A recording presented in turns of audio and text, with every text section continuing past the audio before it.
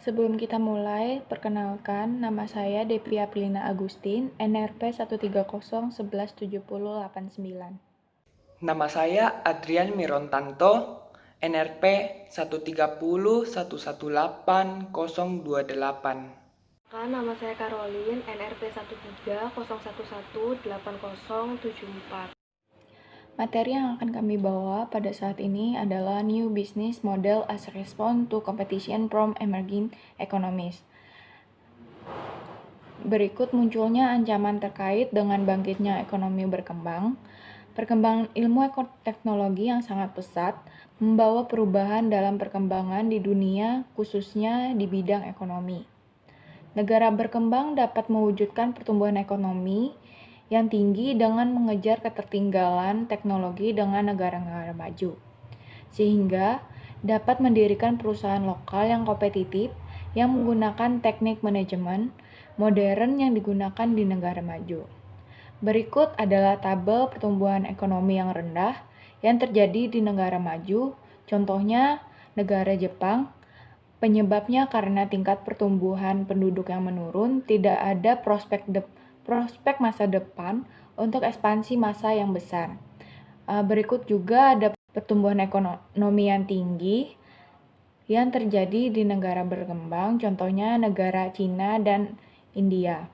Penyebabnya karena ekspansi pasar yang besar. Selanjutnya, pertumbuhan negara berkembang menunjukkan adanya ancaman persaingan baru di pasar internasional seperti perusahaan dalam bidang teknologi dapat mengejar dan membuat pergeseran terlihat jelas di pasar teknologi tinggi internasional yang menunjukkan tingginya tingkat inovasi teknologi. Contohnya perusahaan elektronik Jepang yang memproduksi Dynamic Random Access Memory yang menguasai pasar internasional selama tahun 1980-an dan paruh pertama tahun 1990-an. Pada tahun 1990-an munculnya persaingan ketat dari Samsung dan perusahaan Korea lainnya yang menyediakan DRAM keluar dari pasar. Namun, perusahaan Jepang masih kompetitif secara internasional di pasar sirkuit logika yang digunakan untuk aplikasi spesifik seperti produk elektronik dan mobil.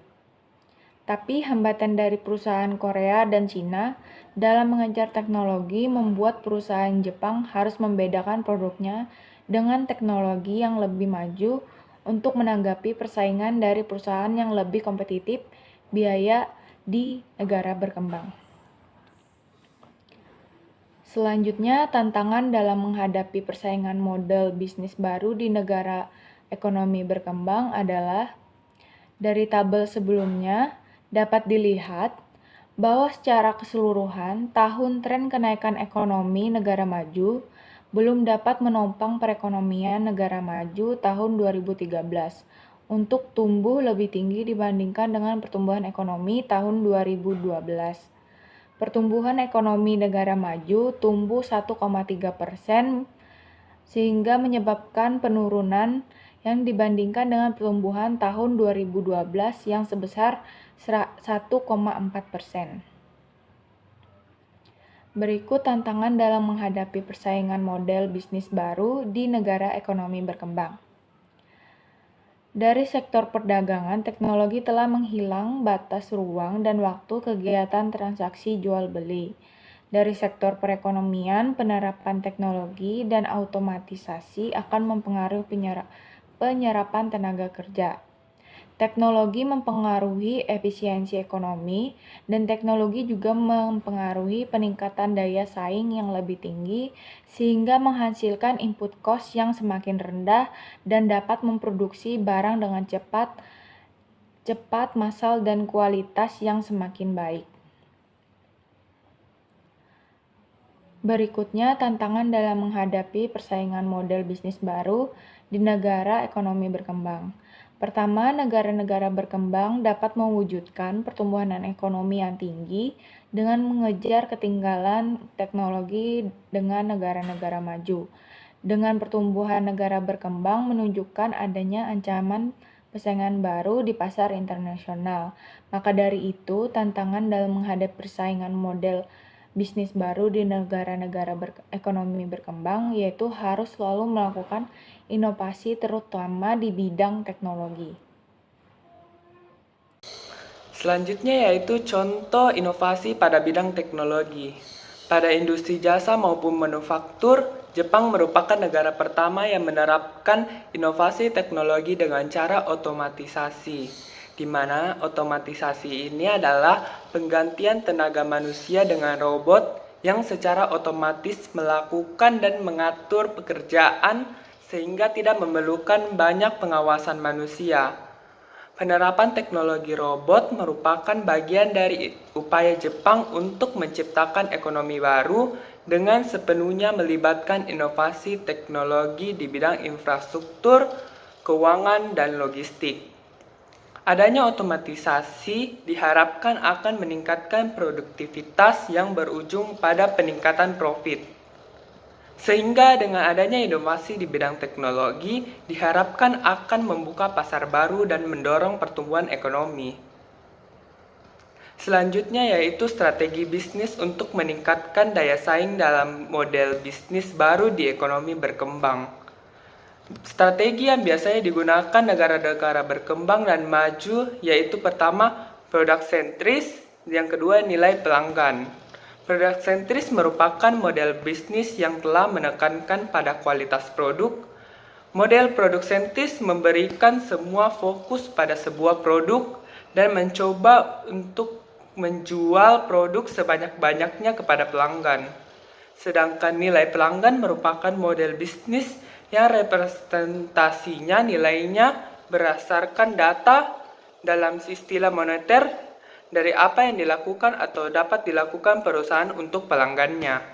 Model nilai pelanggan bertujuan untuk memaksimalkan nilai bagi pelanggan yang merujuk pada layanan. Selanjutnya yaitu perbandingan model produk sentris dan model layanan sentris. Yang pertama yaitu unit pertukaran pasar pada model produk sentris adalah produk, sehingga yang ditawarkan lebih mengutamakan terhadap produk. Sedangkan model layanan sentris adalah pengetahuan dan keterampilan khusus yang diwujudkan dalam layanan dan produk yang diperoleh pelanggan. Yang kedua yaitu peran produk. Pada model produk sentris adalah komponen utamanya, sedangkan pada layanan sentris adalah perantara yang menciptakan nilai pelanggan.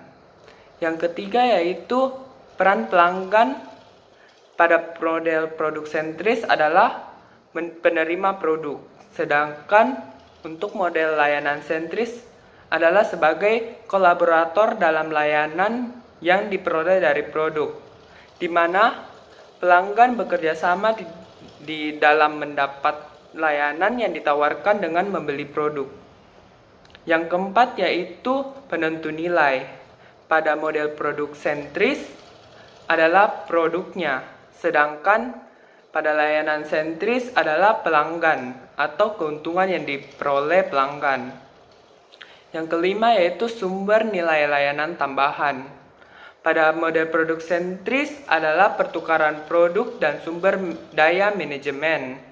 Sedangkan layanan sentris adalah pertukaran pengetahuan dan keterampilan khusus dari produk dan layanan.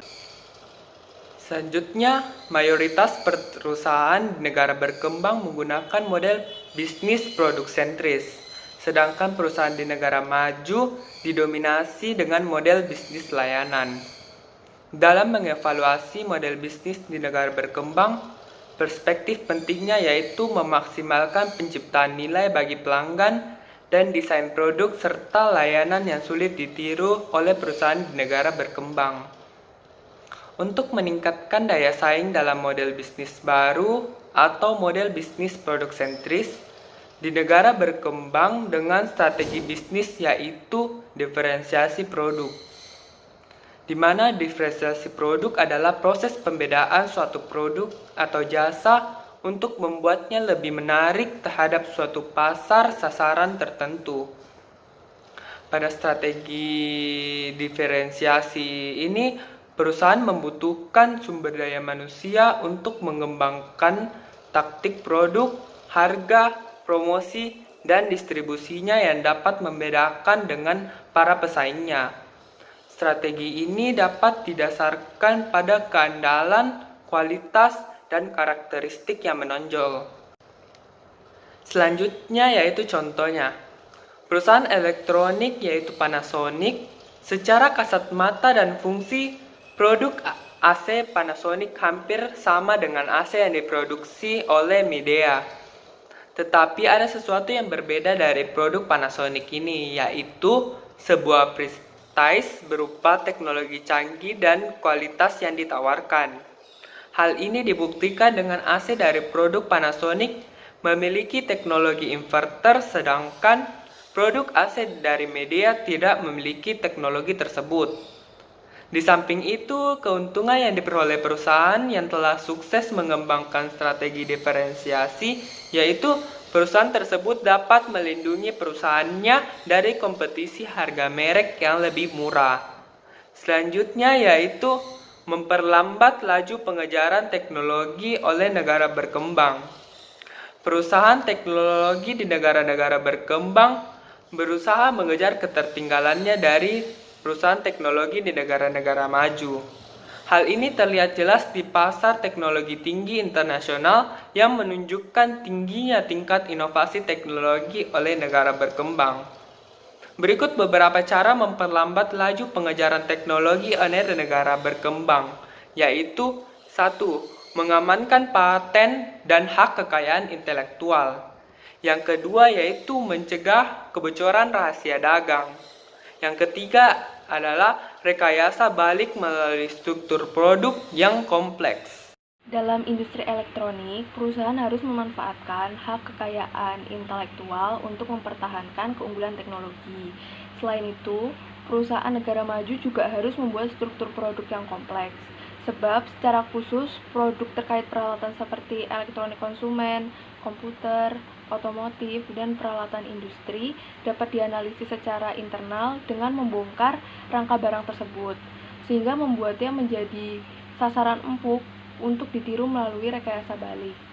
Selanjutnya, saya akan membahas dampak globalisasi ekonomi terhadap perekonomian suatu negara. Globalisasi perekonomian merupakan suatu proses kegiatan ekonomi dan perdagangan di mana negara-negara di seluruh dunia menjadi satu kekuatan pasar yang semakin terintegrasi dengan tanpa rintangan batas teritorial negara. Ketika globalisasi ekonomi terjadi, keterkaitan antara ekonomi nasional dengan perekonomian internasional akan semakin erat. Globalisasi perekonomian di satu pihak akan membuka peluang pasar produk dari dalam negeri ke pasar internasional secara kompetitif. Sebaliknya juga akan membuka peluang masuknya produk-produk global ke dalam pasar domestik. Globalisasi ekonomi juga membawa dampak positif dan dampak negatif terhadap perekonomian dunia, termasuk perekonomian Indonesia. Untuk dampak positif dari globalisasi ekonomi yaitu 1. Meningkatnya produk global dan meningkatkan kemakmuran masyarakat dalam suatu negara. 2. Meluaskan pasar untuk produk dalam negeri. 3. Membuat negara berkembang memperoleh lebih banyak modal dan teknologi yang lebih baik dari investasi asing yang dapat menyediakan dana tambahan untuk pembangunan ekonomi. Selanjutnya, untuk dampak negatif dari globalisasi ekonomi yaitu 1. Menghambat pertumbuhan sektor industri. 2. Memperburuk neraca pembayaran.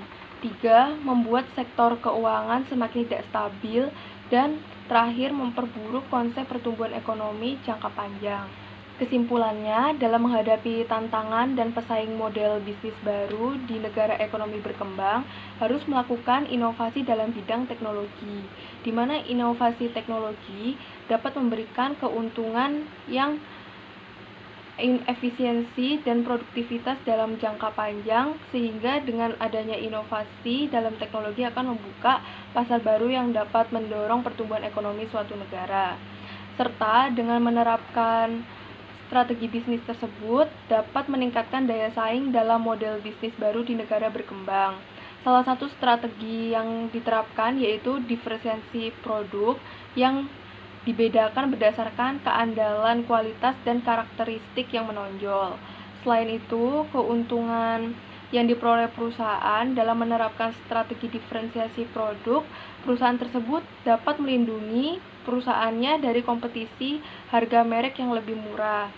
Di samping itu, untuk memperlambat laju pengejaran teknologi dari negara berkembang dapat dilakukan dengan cara mengamankan paten dan hak kekayaan intelektual, kemudian mencegah kebocoran rahasia dagang, serta rekayasa balik melalui struktur produk yang kompleks.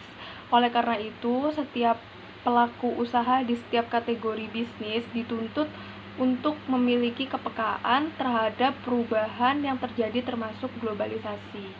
Terima kasih.